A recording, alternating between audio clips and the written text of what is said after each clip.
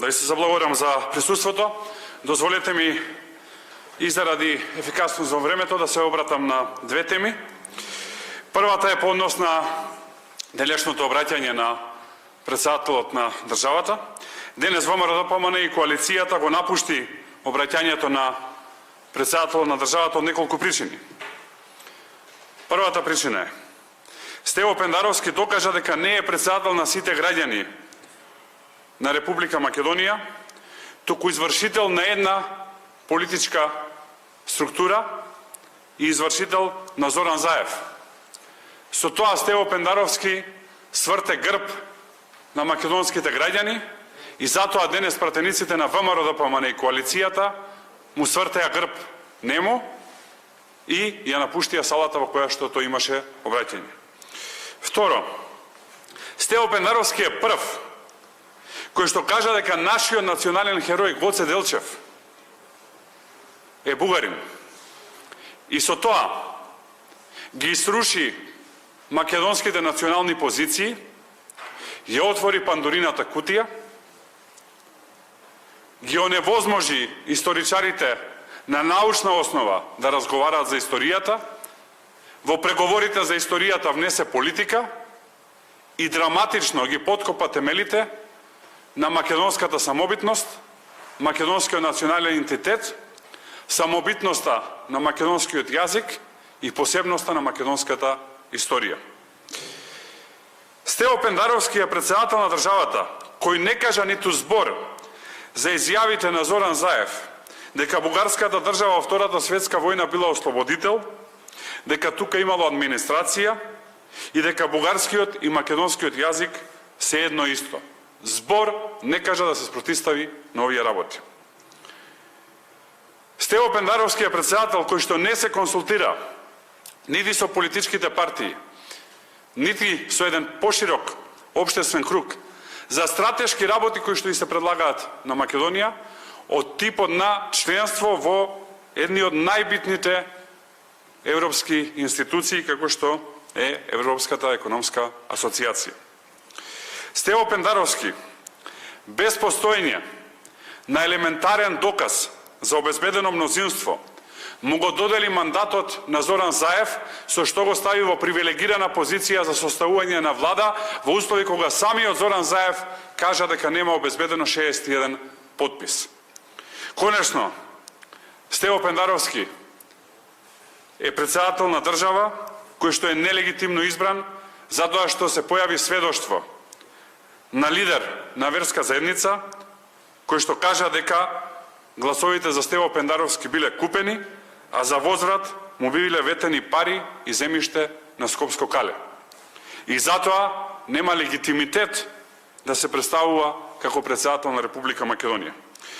Поради сето ова, ВМРО-ДПМНЕ ги продолжува замрзнатите односи со Стево Пендаровски. Поради тоа што Пендаровски врти грб на народот, денес пратениците од ВМРО-ДПМНЕ и коалицијата му свртеа грб нему.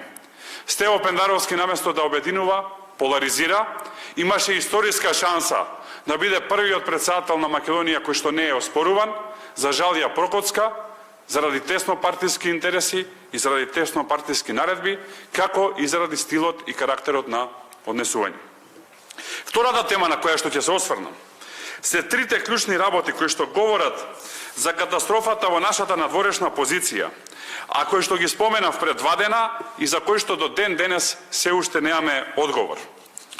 Првата работа која што ја споменав, јавно објавив дека Никола Димитров, подпредседателот на владата, јавно се фалел дека тој бил пречката поради која што Зоран Заев не подпишал договор со Бугарија кој што ќе значи прифаќање на сите бугарски позиции на штета на Македонија. Притоа, за мене едниот и другиот се исти, но очигледно Димитров во битка за личен рейтинг сакал себе си да се прикаже како заштитник на македонските национални интереси, а Зоран Заев да го прикаже како предавник. Поминаа 2 дена, немаме директен демант нити од Зоран Заев, нити од Никола Димитров за оваа работа. Нема да навлегувам во нивните лични односи, но само тоа покажува дека имаме еден огромен скандал, односно дека Зоран Заев бил спремен да подпише поништување на самобитноста на македонскиот народ, да потпише бришење на македонската историја, самобитноста на македонскиот јазик и дека единствената причина поради која што тоа не го направи е притисокот од јавноста и народот кој што излезе на улиците по македонските градови и села и кој што се спротистави на оваа работа. Втората работа која што ја отворив, а за која што немаме никаква реакција до денес, е тоа дека Зоран Заев, незадоволен од работата на оваа историска комисија, затоа што не му потпишува се што ќе посака и се што ветил во однос на Бугарија, активно работи на дискредитирање на низините членови со цел промена на историската комисија, која што е под надлежност на Министерството за надворешни работи, и формирање на нова историска комисија, која што ќе потпише под политички диктат сето оно што Зоран Заев ќе побара. До денес немаме никаков демант на ова и предупредувам од тука јавно дека следи подготовка за следна национална катастрофа. Третата работа. Председателот на ВМРО Мицкоски јавно посведочи дека премиерот Бојко Борисов му кажал дека Заев има ветувано работи со цел да ја добие нивната подршка.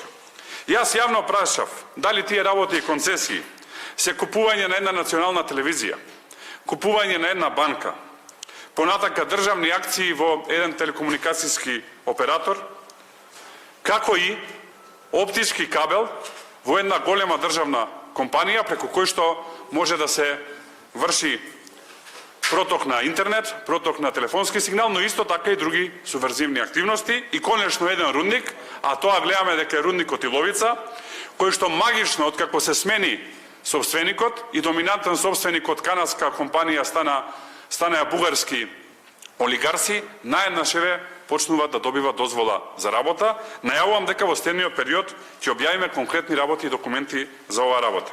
Овие три работи покажуваат дека Зоран Заев е спремен за нова национална катастрофа и уривање на сите позиции кои што македонската држава и македонскиот народ макаторпно ги граделе во децениите наназад. Очекуваме одговори на сите овие прашања кои што до денес ги немаме. Ова покажува дека се спремни да тргуваат со се и е причина плюс мотив плюс ден поскоро, час поскоро да заминат и да поднесат оставка. Благодарам.